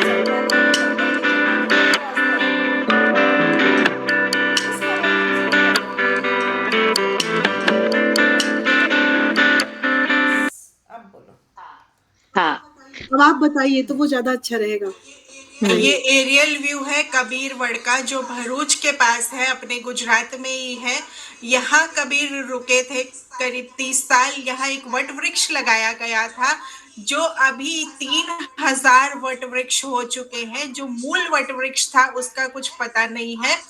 आज भी सैलानी यहाँ जाते हैं और वो उस अध्यात्म को यहाँ महसूस करते हैं। यहाँ अभी भी शांति मिलती है। यह एक प्लेस टू विजिट की लिस्ट में मेरे भी है। ये डिस्कवर इंडिया नाम का एक चैनल है, उनका वीडियो है ये, जो मैं आपके लिए यहाँ प्रेषित कर पाई हूँ। नाव से जाना होता है, आइलैंड जैसा है ये, आप देख रहे होंगे पानी दिखाई दे रहा है। अब ये क्योंकि एरियल व्यू है तो ग्राउंड आप ज्यादा नहीं देख पाएंगे, लेकिन एक नज़ारा जो अपने गुजरात का ही है। और क्योंकि हम कबीर पे ही बात कर रहे हैं तो मुझे लगा मैं ये आज आप सबके साथ साझा करूं, तो मैंने ये वीडियो आपके लिए चुना है आज के दिन के लिए। ये कौन सी नदी है जिसके बीच में ये आइलैंड की तरह है? नहीं, ये तो अरेबियन सी है ना। भरूच के पास है तो ये ये नदी है या ये देखिए, ये साइड में आप देख सकते हैं बहुत सारे वीडियो हैं, कबीरवड़ का इतिहास, कबीरवड़ का इतिहास करके वीडियोस 15 मिनट के भी हैं, 10 मिनट का भी है, 5 मिनट का भी है। उसमें टाइम क्योंकि बहुत चला जाता है तो इसलिए मैंने सिर्फ एरियल व्यू चुना है ताकि आपको दिखा सकूं और आपके मन में जिज्ञासा उत्पन्न कर सकूं। बहुत बहुत बढ़िया, बहुत बढ़िया, ये जानकारी वाकई हम लोग को जिज्ञासा उत्पन्न हुई। कबीरवट के बारे में हमें पता नहीं। इसके बाद मैं केवल 5 दोहे कबीर के पढ़ूंगी जो आज के परिप्रेक्ष्य के हैं। आप उनको सुन लीजिए, फिर उस पर बात करेंगे। बहुत बहुत स्वागत है। कबीर एक न जनिया तो बहुत जनिया क्या होई, एक तय सब होत है सब तय एक न होई। कबीर जी कहते हैं कि आप एक चीज नहीं जानते हैं और आप कई अन्य चीजों को जानते हैं, तो यह एक बात सभी को पूरी कर सकती है जो बाकी कई चीजों को बेकार कर देती है। पति बरता मैली भली गले कांच को पोत, सब सखियों में यो दिखे जो रवि शशि की ज्योत। अपने परिवार के लिए प्रतिबद्ध एक महिला अपने पुराने वस्त्र और गले में कांच के मोतियों से लैस बेहतर दिखती है और अपने सहेलियों के बीच ऐसे चमकती है जैसे चांद सितारों के बीच में चमकता है। भक्ति बिगाड़ी कामिया इंद्री करे सवादी, हीरा खोया हाथ थाई जन्म गवाया बाड़ी। एक वासनाग्रस्त व्यक्ति ने उसकी भक्ति को नुकसान पहुंचाया है और उसके इंद्रिय अंगों का स्वाद का आनंद मिल रहा है। उसने हीरे को खो दिया और जीवन के सार से चूक गया। पर नारी रता फिरे चोरी विद्या खाई, दिवस चारी सहसा रही अति समूला जाही। एक पुरुष जो दूसरों से संबंधित महिला को प्रसन्न करता है वह रात में चोर की तरह भागता है और कुछ दिनों के सुख का मतलब निकालता है और इसके साथ वह अपनी सारी जड़ों को नष्ट करता जाता है। आखिरी दोहा मेरी तरफ से आज की संध्या के लिए। कबीर कली खोटी भाई मुनियर मिली न कोय, लालच लोभी मस्कारा टिंकू आदर होई। यह कलयुग का युग है। यहाँ एक व्यक्ति जो संयम की भावना रखता है वह दुर्लभ है। लोग लालच, लोभ और त्रासदी से लबरेज हैं। आगे ऐसे बहुत सारे दोहे हैं जो लालच पे भी हैं, सब भी हैं। मेरी तरफ से आज की ये प्रस्तुति थी कर्म भूमि का। धन्यवाद। सबसे पहले तो कुमुद जी आपने जो कबीर वट का एरियल व्यू का दर्शन करवाया आज सबको। पता नहीं था, हम में से कई लोगों को नहीं पता है कि यहाँ पर भरूच के आसपास ऐसी कोई जगह है और उसका एरियल व्यू देख के बहुत ही रमणीय लग रहा है, बहुत ही खूबसूरत है वो जगह और बहुत शांत आप कह रहे थे ना कि कौन सी नदी है, तो जस्ट मैंने अभी सर्च किया। Kabirvad is located on the banks of river Narmada which meets the Arabian sea. बहुत ही बढ़िया, तब तो वो जगह जाने लायक है और इतनी खूबसूरत लग रही है वो जगह। चारों तरफ खेत है और बीच में वट वृक्ष है और वहां ये होमवर्क छोड़ दिया है मैंने क्योंकि मैं बताऊंगी तो बड़ा लंबा हो जाएगा। वो विषय ही ऐसा है कि हम उस पर चर्चा जितनी भी करें उतना ही कम है। और जो आपने 4-5 दोहे प्रासंगिक आज के समय के अनुसार जो आपने पढ़े वो भी बहुत ही रोचक है और आपका बहुत बहुत धन्यवाद। अब कार्यक्रम को हम आगे बढ़ाते हैं और हमारे मंच की वरिष्ठ सदस्य मधु सोसी गुप्ता जी को मैं आमंत्रित करती हूँ, जो कि कबीर जी के रेफरेंस में अपनी लिखी कोई कविता सुनाना चाहती हैं या कबीर जी के अपनी लिखी कोई कविता। मेरी तबीयत काफी खराब थी, मुझे यकीन नहीं था कि आज मैं आ भी पाऊंगी कि नहीं, क्योंकि डॉक्टर से अपॉइंटमेंट नहीं मिला तो हम गए नहीं। तो मैंने बहुत पहले एक कविता, कबीर चुंबक है, उन्होंने खींच लिया आपको। हाँ, तो कबीरदास जी के रेफरेंस से मैंने लिखा था। तो मैंने और कुछ कबीरदास जी की जीवन के बारे में या उनके भाषा आदि के बारे में मैं चर्चा नहीं कर पा रही हूँ क्योंकि मैंने तैयारी नहीं की कुछ भी। हाँ, ये मेरी एक कविता है जो कबीर के संदर्भ में ही है, वो मैं आप लोगों को सुना देती हूँ। बहुत बहुत स्वागत है, आपको शायद अच्छी लगे। स्वागत है। कबीर कबीरा हो जाओ, कबीरा से कुछ तो सीखो, कबीर से कुछ तो सीखो, ढाई आखर का अर्थ बता गए, पर हम मूर्ख कब सीखे। प्रेम का अर्थ विस्तार करो और जगत कल्याण करो। वे बांग लगाकर चले गए, वे बांग लगाकर चले गए, पर हमने कान नहीं खोले। वे चाक पे चक्की चला गए, पर हमने दाल नहीं पीसी। वे चाक पे चक्की चला गए, पर हमने दाल नहीं पीसी। वे कह कह कर चले गए, कंकड़ पत्थर जोड़कर मस्जिद लिया बनाए। तापर चढ़ी मुल्ला बांग दे, क्या बहरा भया खुदाए। वो कह कह कर चले गए, कंकड़ पत्थर जोड़कर मस्जिद लिया बनाए। तापर चढ़ी मुल्ला बांग दे, क्या बहरा भया खुदाए। ये सब बता के चले गए वो, लेकिन हमने नहीं सुना, हमने फिर भी नहीं सुना। हम दिए जा रहे हैं बांग पे बांग, बांग पे बांग, और आज तक बहरे के बहरे हैं। मंदिर मस्जिद हो या गिरजा, मंदिर मस्जिद हो या गिरजा, इनसे तो भला अस्पताल है। मंदिर मस्जिद या हो गिरजा, इनसे तो भला अस्पताल। यहाँ करो कुछ दान और करो दंडवत प्रणाम, यहाँ करो कुछ दान और करो दंडवत प्रणाम। पुजारी हैं ये, रातों को जागते हैं, रोगी के दर्द को बिना जात पात पूछे। रक्त मवाद पर मरहम लगा, उसे ढाढ़स बंधाते हैं अस्पताल के लिए। शील भंग बहु बेटियों के, शील भंग बहु बेटियों की शोषित दशा पर मुलायम चादर तान उसे दुलारते हैं, मुलायम चादर तान उसे दुलारते हैं। मजदूर की करो पूजा, मजदूर की करो पूजा, और चढ़ावे में दो फल फूल और मेवा, और चढ़ावे में दो फल फूल और मेवा। खून पसीना बहा के तुम्हें महलों में बिठाता है, खून पसीना बहा के तुम्हें महलों में बिठाते हैं। चढ़ा रहे हो चढ़ावे, चढ़ा रहे हो चढ़ावे, मंदिर मस्जिद गिरजाघरों में।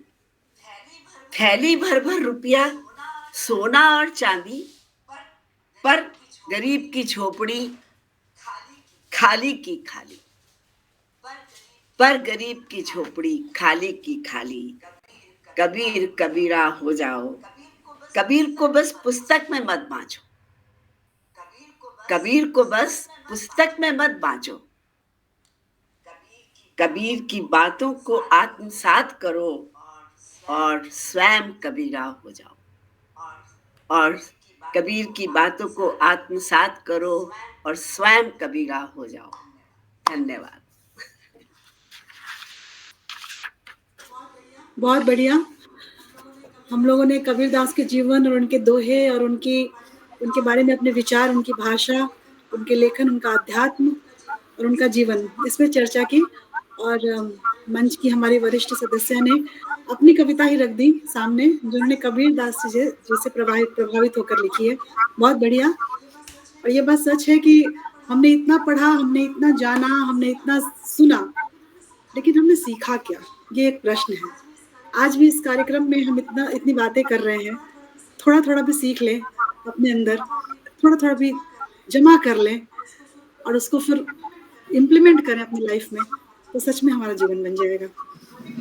बिल्कुल, मैं भी विनीता की बात से सहमत हूँ कि स्वयं कबीरा हो जाओ। मधु जी ने जो बात की है, ये सभी लोग आत्मसात कर लें तो शायद समाज में किसी भी तरह का, वो पूरा एक साथ करना संभव नहीं है, थोड़ा थोड़ा भी कर ले तो बहुत होगा।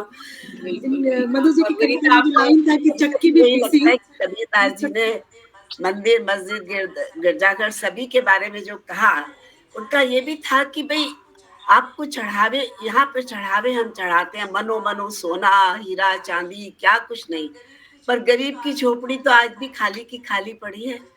मजदूरों का हाल देखिए, गरीबों का हाल देखिए। अस्पताल में दान दो, जितना दे सकते हो वहां पर दो।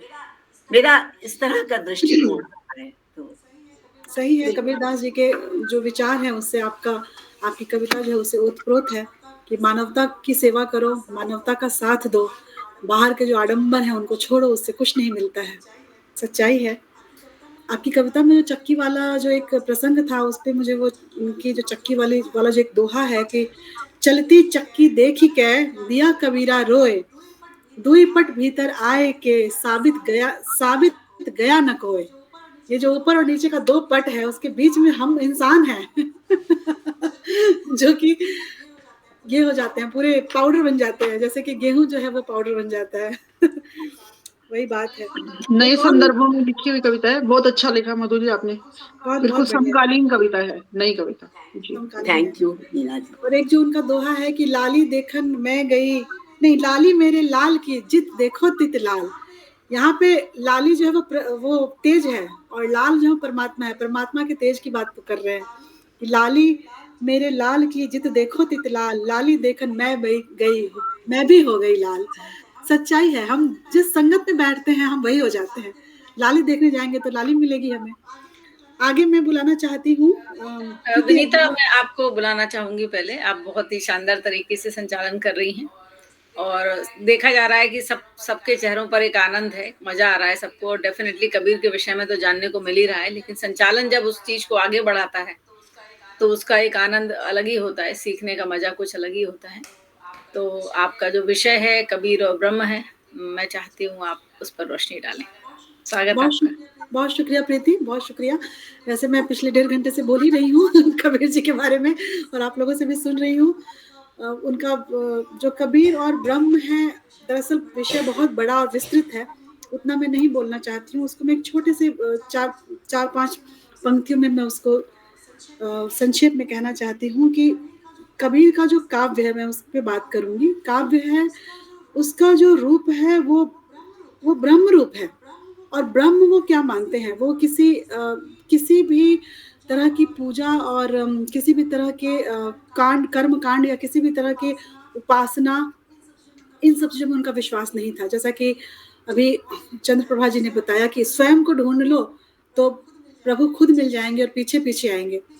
तो पीछे पीछे आने का मतलब क्या है? यही है ना कि आप मानवता के साथ चलो तो सारा जगत जो है वो आपका अनुयायी होगा। अनुयायी किस तरह से होगा?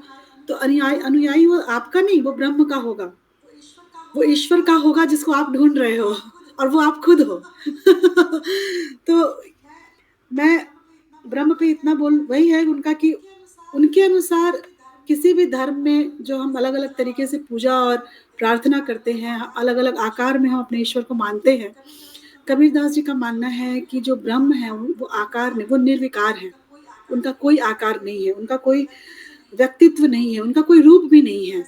वो ऐसा मानते हैं, वो रूपातीत है, गुणातीत है। यहाँ तक कि अगर मैं अपने सनातन धर्म की बात करूँ तो हम ईश्वर के गुणों की इतनी चर्चा करते हैं गीतों में, भजन में और प्रवचन में, कविताओं में, कहानियों में, हमारे जो धर्म ग्रंथ हैं उसमें। पर कबीर के अनुसार जो ब्रह्म है वो, उसमें कोई गुण भी नहीं है, वो न सगुण है न निर्गुण है, वो सबसे परे है। वो सबसे परे इसलिए है क्योंकि उनको हम उनके बारे में कुछ कह ही नहीं सकते हैं। हमारे पास, हम उनको शब्दों में हम उनकी व्याख्या ही नहीं कर सकते हैं कि वो ऐसा दिखता है या वो ऐसा लगता है या वो ऐसा होता है या उसका ऐसा रूप है। कबीर जी मानते हैं वो हर सगुण और निर्गुण से परे है, क्योंकि उसको देखा नहीं जा सकता। वो इस जगत, इस सृष्टि के अणु और परमाणु में व्याप्त हैं, इसीलिए उन्हें महसूस किया जा सकता है। हम उन्हें सिर्फ महसूस कर सकते हैं, उनकी सत्ता को, उनकी शक्ति को, उनकी उपस्थिति को हम महसूस कर सकते हैं। हम उनके बारे में कुछ बता नहीं सकते। हम किसी भी मूर्ति में, किसी भी देवालय में, किसी भी तीर्थ में जाएं, हम वहां ब्रह्म को नहीं पा सकते। संक्षेप में वो यही कहना चाहते हैं कि वो जो ब्रह्म है वो हमारे शरीर के अंदर है, घट के अंदर है, हमारे अंदर व्याप्त है, हमारे हर सांस में है। वो हम ही हैं। बस हमें खुद को छान लेना है। कैसे? तो जो हमारे जो अवगुण है, हमारे अंदर जो बुराइयां हैं, जो हमारे अंदर जो ऐसी सोच आती है जो कि सही नहीं है, जो गलत है, या जो किसी को नुकसान पहुंचाती है, हमें भी नुकसान पहुंचाती है, हमें पता नहीं चलता, उन सबको अगर हम छोड़ दें, माया को छोड़ दें, तृष्णा को छोड़ दें, तो हम स्वयं अपने आप में ब्रह्म को पा लेंगे, हम खुद को पा लेंगे। और ब्रह्म का ब्रह्म वो जो बताना चाह रहे हैं, मैं यही समझती हूँ। जैसा कि अभी चंद्रप्रभा जी ने बताया कि बहुत परिष्कृत रूप में, बहुत क्लिष्ट रूप में, बहुत सुसंकलित रूप में अगर हम इस चीज़ को समझने जाएँ तो सही में मुश्किल हो जाता है। इसलिए मैं इसको बहुत साधारण तरीके से बता रही हूँ कि कबीर जी के अनुसार है कि ब्रह्म कभी अवतार ग्रहण नहीं करता। वो कहीं किसी बड़ी पूजा में या किसी बड़े जैसे हज पे जाते हैं, वहाँ नहीं मिलता ब्रह्म, उसकी प्राप्ति वहाँ नहीं होती। वो हमारे अंदर है। सिर्फ हमारे अंदर ही नहीं है, वो संसार के हर एक वस्तु में है। हर पेड़ में है, हर पत्थर में है, हर एक पहाड़ में है, हर नदी में है, जल में है, मिट्टी में है, हवा में है, हर अणु में है, हर परमाणु में है। मतलब हर जगह ब्रह्म है। किसी एक पत्थर को पूज के तो ये पत्थर पूजनीय है, दूसरा पत्थर पूजनीय नहीं है। कबीर जी इसका विरोध करते हैं। जैसे हम पत्थर पूजते हैं तो वो इसका विरोध करते हैं। लेकिन एट द सेम टाइम वो ये कहते हैं कि संसार के हर एक वस्तु में ब्रह्म है। तो इसको समझना सच में बहुत मुश्किल है कि वो कहना क्या चाहते हैं। उनका कहना है कि ब्रह्म का ना तो वर्णन हो सकता है, ना उसकी कल्पना की जा सकती है। हम कल्पना भी नहीं कर सकते कि ब्रह्म क्या है, कैसा है। उसे सिर्फ अनुभव द्वारा पाया जा सकता है। कैसे? गूंगे के गुड़ समान। जैसे गूंगे ने गुड़ खाया, उसको बहुत अच्छा स्वाद लगा गुड़ का, वो अंदर ही अंदर तृप्त है। उसे लग रहा है इस जीवन में उसने जो स्वाद आज चखा है, उसने उससे पहले कभी चखा ही नहीं था। अगर वो उसको बोलना चाहे, बताना चाहे, तो वो किसी को नहीं बता सकता है कि मैंने जो गुड़ चखा उसका स्वाद कैसा है। वो गूंगे के गुड़ समान ब्रह्म है। और उसके नाम भी वो कहते हैं कि अनेक है। राम है, गोविंद है, हरि है, केशव है, करीम है, रहीम है, खुदा, अल्लाह, ईसा मसीह, निरंजन, अलग। नाम की भिन्नताओं के बावजूद परम तत्व एक ही है। वो यही मानते हैं। इसलिए कबीर जी का जो ब्रह्म है, उसके अनुसार हम जातियों में, वर्गों में, धर्मों में और अलग अलग समुदायों में बंट कर ब्रह्म को कभी प्राप्त नहीं कर सकते। हमें खुद को एक मान के चलना होगा। पूरे मानव जाति को हमें एक मानना होगा, तभी हम ब्रह्म को प्राप्त कर सकते हैं। बस यही है मेरा, इतना सा है मेरा ब्रह्म के बारे में मेरी जो सोच है कबीर जी को लेकर के, ये मैंने आपके सामने रखा। और आगे अब मैं हमारे कर्मभूमि की सह संस्थापिका प्रीति अज्ञात जी को आमंत्रित करना चाहती हूँ। वो आधुनिक संदर्भ में कबीर की जो है उनकी कविताओं की क्या प्रासंगिकता है, उस पर वो प्रकाश डालना चाहती हैं। प्रीति, आपका बहुत बहुत स्वागत है।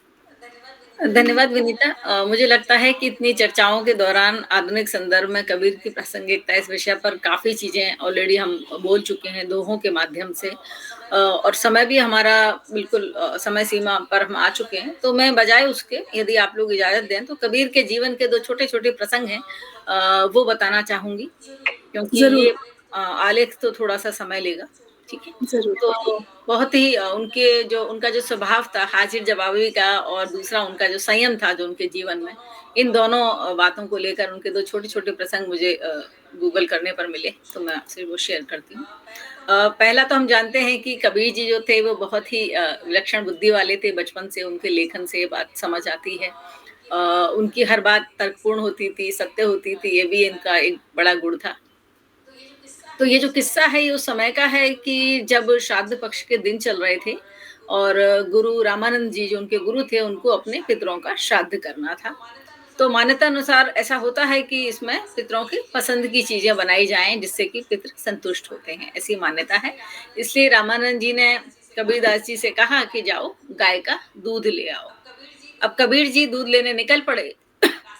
रास्ते में एक मृत गाय उनको दिखाई दी, तो उन्होंने जो मृत गाय थी उसके आगे ही घास रख दिया, उसको पहले घास खिलाया, फिर खिलाने की कोशिश की, और दूध का जो बर्तन था, जो पात्र था, उसको लेकर वहीं खड़े हो गए। अब इधर गुरुजी वेट कर रहे हैं, प्रतीक्षा कर रहे हैं कि भाई दूध आएगा तो आगे का हम सारा करेंगे, जो भी उनका प्लान था।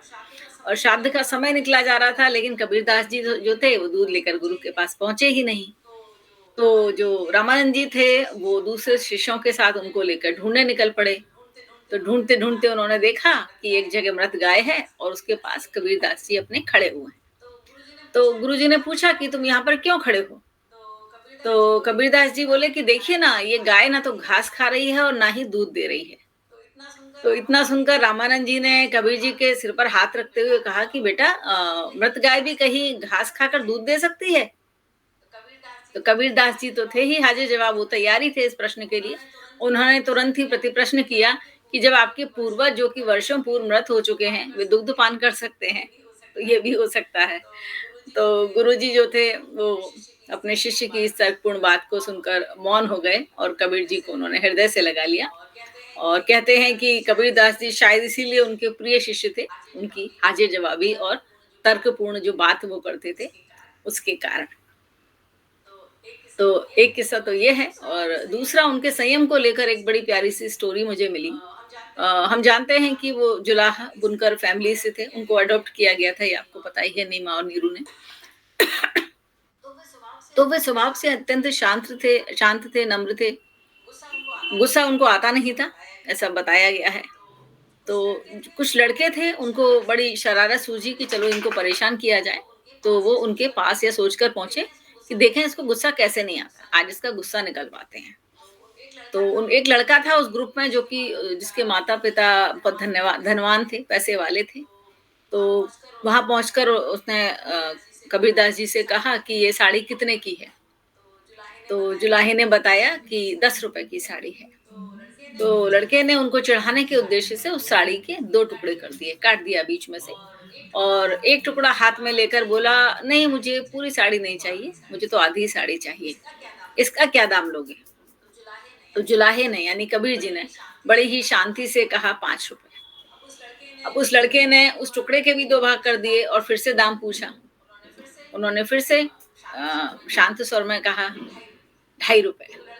तो लड़का इसी प्रकार साड़ी के टुकड़े करता चला गया। अंत में बोला, अब मुझे साड़ी नहीं चाहिए, ये टुकड़े मेरे किस काम के हैं? तो कबीरदास जी ने शांत भाव से कहा कि बेटे, अब ये टुकड़े तुम्हारे ही क्या, किसी के भी काम नहीं आएंगे। तो उस लड़के को थोड़ी सी शर्म आई अपने व्यवहार पर और कहने लगा, उसको रियलाइज हुआ कहीं ना कहीं कि मैंने आपका बहुत नुकसान कर दिया है, तो मैं आपको ऐसा करता हूँ, अब साड़ी तो मैं वापस दे नहीं सकता हूँ, तो मैं इस साड़ी का आपको दाम दे देता हूँ। तो कबीरदास जी ने कहा, लेकिन आपने साड़ी तो ली ही नहीं, तो मैं आपसे पैसे कैसे ले सकता हूँ? अब लड़के का थोड़ा सा धनवान वो था और घमंड भी उसमें बहुत ज्यादा था, तो कहने लगा कि मैं बहुत अमीर आदमी हूँ और तुम तो गरीब हो, तो मैं रुपए दे दूंगा, मेरे को तो कोई फर्क नहीं पड़ेगा, लेकिन तुम घाटे में रहोगे तो तुमको मुश्किल हो सकती है, और वैसे भी तुम्हारा नुकसान तो मैंने किया है, तो ये खामियाजा भी मुझे ही भरना चाहिए। तो कबीरदास जी मुस्कुराते हुए बोले कि तुम्हें घाटा पूरा नहीं कर सकते। सोचो किसान का कितना श्रम लगा होगा जब कपास पैदा हुई, फिर मेरी स्त्री ने अपनी मेहनत से उस कपास को बुना और सूत काता, फिर मैंने उसे रंगा और बुना। इतनी मेहनत हमारी तब सफल होती जब कोई इसे पहनता, इससे लाभ उठाता या इसका उपयोग करता, पर तुमने तो उसके टुकड़े टुकड़े कर डाले। रुपए से घाटा कैसे पूरा होगा? कबीरदास जी की आवाज में जब वो ये कह रहे थे तो उनकी आवाज में आक्रोश नहीं था, बल्कि दया थी और सौम्यता थी बहुत ज्यादा। यह देखकर वो लड़का खुद ही शर्म से पानी पानी हो गया और उसकी आंखें भर आईं, वो उनके पैरों में गिर गया। तो कबीरदास जी ने बड़े प्यार से उसकी पीठ पर हाथ फिराते हुए कहा कि बेटा, यदि मैं तुम्हारे पैसे ले लेता तो उससे मेरा काम चल जाता, लेकिन तुम्हारी जिंदगी का वही हाल होता जो साड़ी का हुआ, कोई भी उससे लाभ नहीं होता तुमको। साड़ी एक गई, मैं दूसरी बना दूंगा, पर तुम्हारी जिंदगी अगर एक बार अहंकार में नष्ट हो गई तो दूसरी जिंदगी कहाँ से लाओगे तुम? तुम्हारा जो पश्चाताप है वही मेरे लिए बहुत कीमती है। और उनकी इस बात ने उस लड़के का जीवन बदल दिया। तो ये एक बड़ी मुझे अच्छी उनकी कहानी लगी थी जो मैंने आपसे शेयर करी। बहुत बढ़िया कहानी, बहुत बहुत बहुत बढ़िया। सबका जीवन बदल गया। ये बात भी सही है कि जो काम क्रोध से नहीं किया जा सकता है वो प्रेम से किया जा सकता है। गुस्सा तो नष्ट कर। कबीरदास जी के पहले और कबीरदास जी के बाद के अभी तक के कितने बड़े बड़े लोग, कितने बड़े बड़े विद्वान, कवि, लेखक या स्पीकर्स, मोटिवेशनल स्पीकर्स आजकल होते हैं जो, उन सब की 1000 बातों का एक एक उन्होंने दोहा में लिखा है, एक एक शब्द में लिखा है। और ये जो है कि कहते हैं ना कि प्रेम से हम दुनिया जग जीत सकते हैं। ये जो प्रीति की ये जो कहानी थी दूसरी नंबर वाली, वो इसी का उदाहरण है। इतने बड़े एक गर्व से भरे हुए लड़के को उन्होंने पैर में झुका लिया और वो उसमें उन्हें कुछ भी प्रयास नहीं करना पड़ा। ये सब एग्जाम्पल्स हैं, हमें इससे सीखना चाहिए। वेद पुराण सब कुछ वही थे, सारा कुछ, मतलब वेदों में, पुराणों में, रामायण में, महाभारत में, सब कुछ मिला दो तो भी एक कबीर नहीं बने, ऐसा बिल्कुल।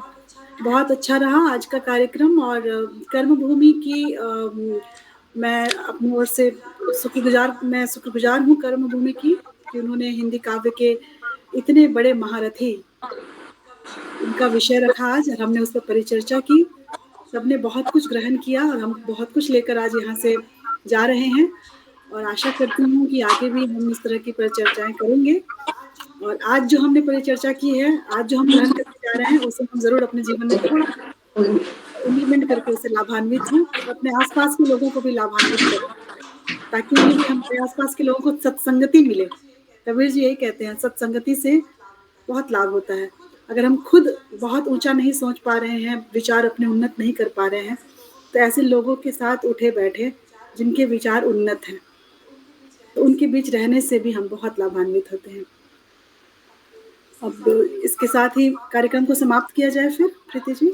हाँ बिल्कुल, आप सबका शुक्रिया, मेरे और नीजा जी की ओर से आप सबका बहुत बहुत शुक्रिया। वनीता, आपका बहुत शुक्रिया, अपने कार्यक्रम को संभाला इतने अच्छे से और आप सब लोगों ने समय निकाला एक नए विषय पर।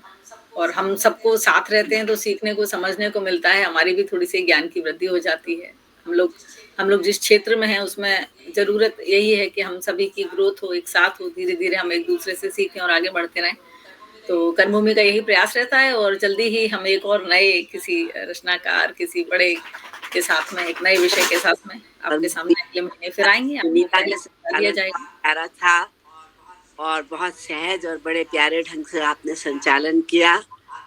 आप सबका बहुत शुक्रिया, बहुत सुंदर महफिल सजी आज, बहुत अच्छा, बहुत बढ़िया बोला।